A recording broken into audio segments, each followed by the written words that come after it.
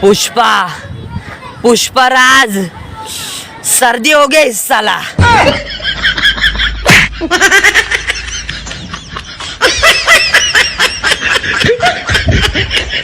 तो बताओ 1857 में क्या हुआ था? मैं तो पैदा ही नहीं हुई थी। आई लव यू। पहले बताओ तुम्हारा कोई बॉयफ्रेंड है? नहीं। कोई बेस्ट फ्रेंड? नहीं। कोई एक्स? नहीं। I love you too. भाई बहुत सही बंदी है यार। वो ना बस मेरा एक पति है।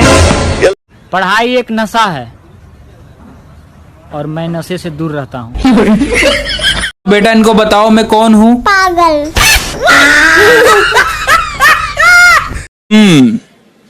पीते हो? मंगा लीजिए।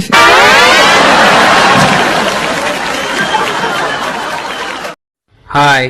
मैं नहीं पटूंगी।